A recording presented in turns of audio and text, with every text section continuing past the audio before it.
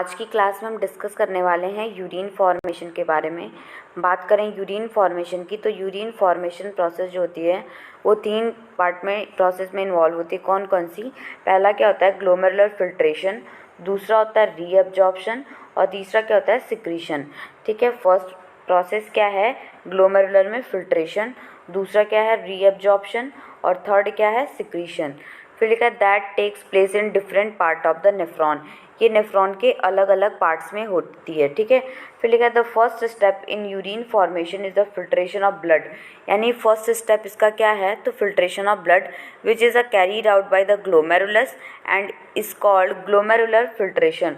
जो कहाँ पे होता है तो वो ग्लोमेरुलस में होता है, इसीलिए हम इसको क्या कहते हैं ग्लोमेरुलर फिल्ट्रेशन कहते हैं। फिर लिखा है on an average 1100 to 1200 ml of blood is filtered by the kidney, यानी 1100 से लेके 1200 ml ब्लड फिल्टर होता है किडनी में पर मिनट, 1 मिनट में।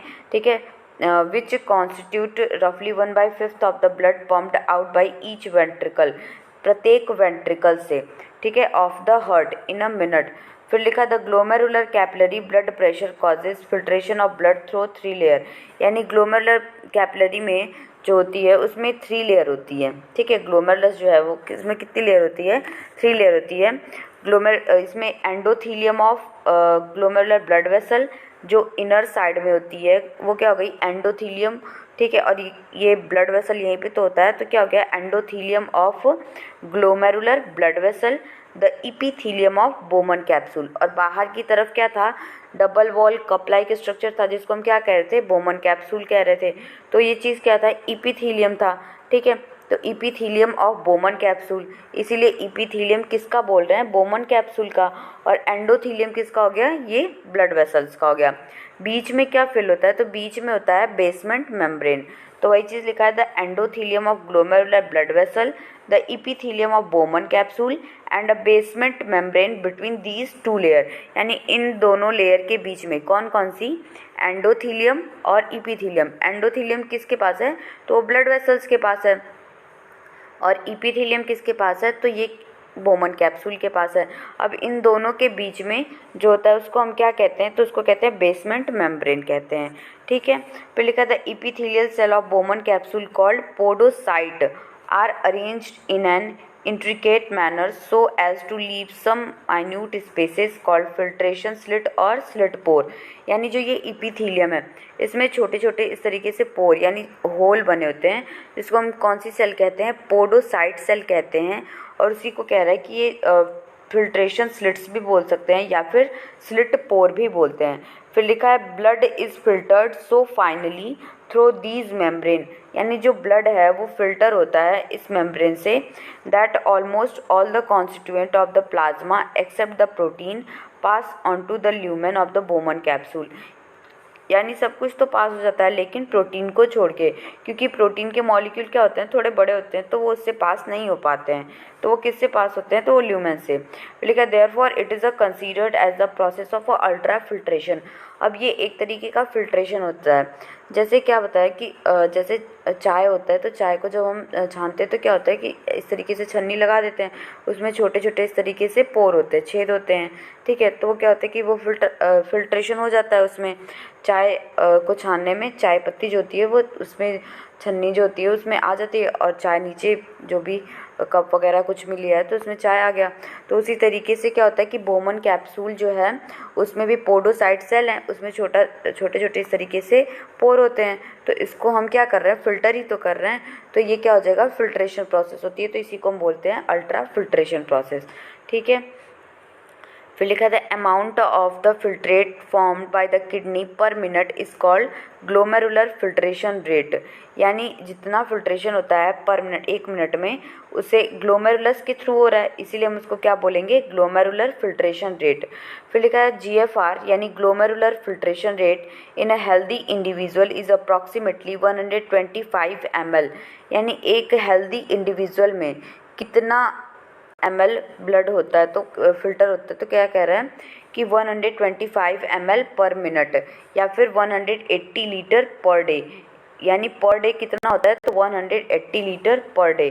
फिर लिखा था kidney have built in a mechanism for the regulation of the glomerular filtration rate, यानी किडनी जो होती है वो एक मैकेनिज्म बनाती है, वो क्या है तो वो देखने वाले हैं।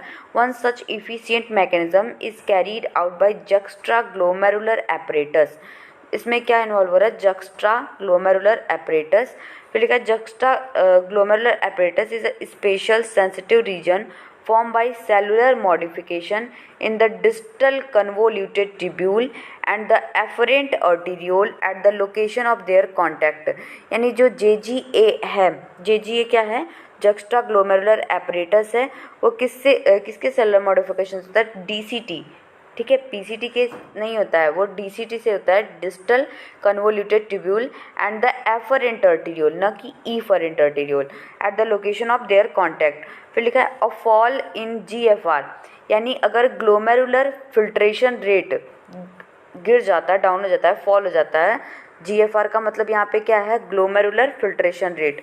तो ठीक है, तो अगर GFR क्या हो जा रहा है, फॉल हो जा रहा है, गिर जा रहा है, तो उस टाइम पे क्या होता है, JG सेल एक्टिवेट होती हैं, ठीक है, वो क्या करती हैं, वो रेनिन रिलीज़ करती हैं।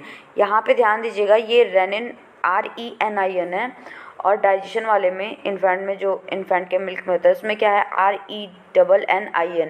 तो अगर हम कभी भूल जाएं कि कौन सा रेनिन किस में है, तो ये डबल N है, तो इसको डबल N को कुछ इस तरीके से हम M बना सकते हैं, और ये स्टमक में होता है, ठीक है, ये स्टमक में कौन सा रेनिन है, RENNIN, और सिंगल N वाला किसमें है, ये एक्सक्रीशन वाले में। तो JG सेल रेनिन को सिक्रीट करती है जो GFR का रेट गिरा हुआ है, यानी जो फिल्ट्रेशन रेट सही से नहीं हो पा रही है, क्योंकि GFR का रेट क्या हो चुका है, गिर चुका है। GFR का मतलब क्या हुआ, ग्लोमेरुलर फिल्ट्रेशन रेट। तो वो चीज़ क्या हो जाएगी, उस चीज़ को फिर से सही स्टिमुलेट कौन कर रहा है, रेनिन, ठीक है। रेनिन जो कहाँ से सिक्रीट होगा, कौन सी सेल सिक्रीट करेगी, JG सेल। JG सेल का पूरा नाम क्या है, juxtaglomerular cell, to release renin which can stimulate the glomerular blood flow and thereby the glomerular filtration rate back to normal. तो इस वजह से क्या हो जाएगा कि ग्लोमेरुलर्स का फिल्ट्रेशन रेट क्या हो जाएगा, नॉर्मल पोजीशन पे आ जाएगा। जो ग्लोमेरुलर फिल्ट्रेशन रेट गिरा हुआ है वो एक नॉर्मल पोजीशन पे आ जाएगा। तो इस तरीके से ये होता है यूरिन फिल्ट्रेशन का प्रोसेस। बात करते हैं रीअब्जॉर्प्शन में, तो a comparison of the volume of the filtrate form per day 180 liter per day with that of the urine released 1.5 liter suggests that nearly 99% of the filtrate has to be reabsorbed by the renal tubule। अब इस renal tubule से कितना 99% filtrate reabsorb हो जाता है, और इस process को क्या कहते हैं, तो इस प्रोसेस को कहते हैं रीअब्जॉर्प्शन, ठीक है। तो हमने अपना तीनों प्रोसेस पढ़ लिया। पहला क्या था, जो मतलब यूरिन का कैसे ग्लोमेरुलर फिल्ट्रेशन होता है, ठीक है, फिर रीअब्जॉर्प्शन होता है, ठीक है। तो इस तरीके से ये हमने प्रोसेस पढ़ ली। फिर लिखा था tubular epithelial cell in different segment of nephron perform this either by active और पैसिव मैकेनिज्म, यानी इसमें एक्टिव और पैसिव मैकेनिज्म भी होती है। For example substances like glucose, amino acid, sodium, यानी कुछ एग्जांपल भी हैं, जैसे क्या हो गया, ग्लूकोज हो गया, ठीक है, अमीनो एसिड हो गया, सोडियम हो गया। In the filtrate are reabsorbed actively, जो रीअब्जॉर्ब होते हैं एक्टिव प्रोसेस के थ्रू, क्योंकि एक्टिव प्रोसेस होती है और पैसिव प्रोसेस होती है। तो एक्टिव प्रोसेस के थ्रू क्या क्या होता है, ग्लूकोज, अमीनो एसिड और सोडियम रीअब्जॉर्ब होते हैं। Where is the nitrogenous waste are absorb by passive transport, जबकि पैसिव ट्रांसपोर्ट के थ्रू नाइट्रोजिनस वेस्ट अब्जॉर्ब होते हैं। फिर लिखा reabsorption of water also occur passively in the initial segment of the nephron, यानी ये सब प्रोसेस रीअब्जॉर्प्शन इनिशियल यानी स्टार्टिंग के में होती हैं। During urine formation the tubular cell secrete substances like hydrogen ion, potassium ion and ammonia into filtrate. Tubular secretion is also an important step in urine formation, यानी urine को बनाने के लिए ट्यूबुलर सिक्रीशन बहुत ही इंपॉर्टेंट है। Helps in the maintenance of ionic and acidic base balance of body fluid. तो इस तरीके से हमने ये 3 प्रोसेस पढ़ी। कौन कौन सी, ग्लोमेरुलर फिल्ट्रेशन जो फर्स्ट था, ग्लोमेरुलर फिल्ट्रेशन, फिर सेकंड क्या था, अल्ट्रा फिल्ट्रेशन, और थर्ड क्या है हमारा, रीअब्जॉर्प्शन। कौन कौन सा है, ग्लोमेरुलर फिल्ट्रेशन, ठीक है, सेकंड क्या था, अल्ट्रा फिल्ट्रेशन, फिर थर्ड क्या है, रीअब्जॉर्प्शन। नेक्स्ट क्लास में हम डिस्कस करेंगे फंक्शन ऑफ द टिब्यूल्स।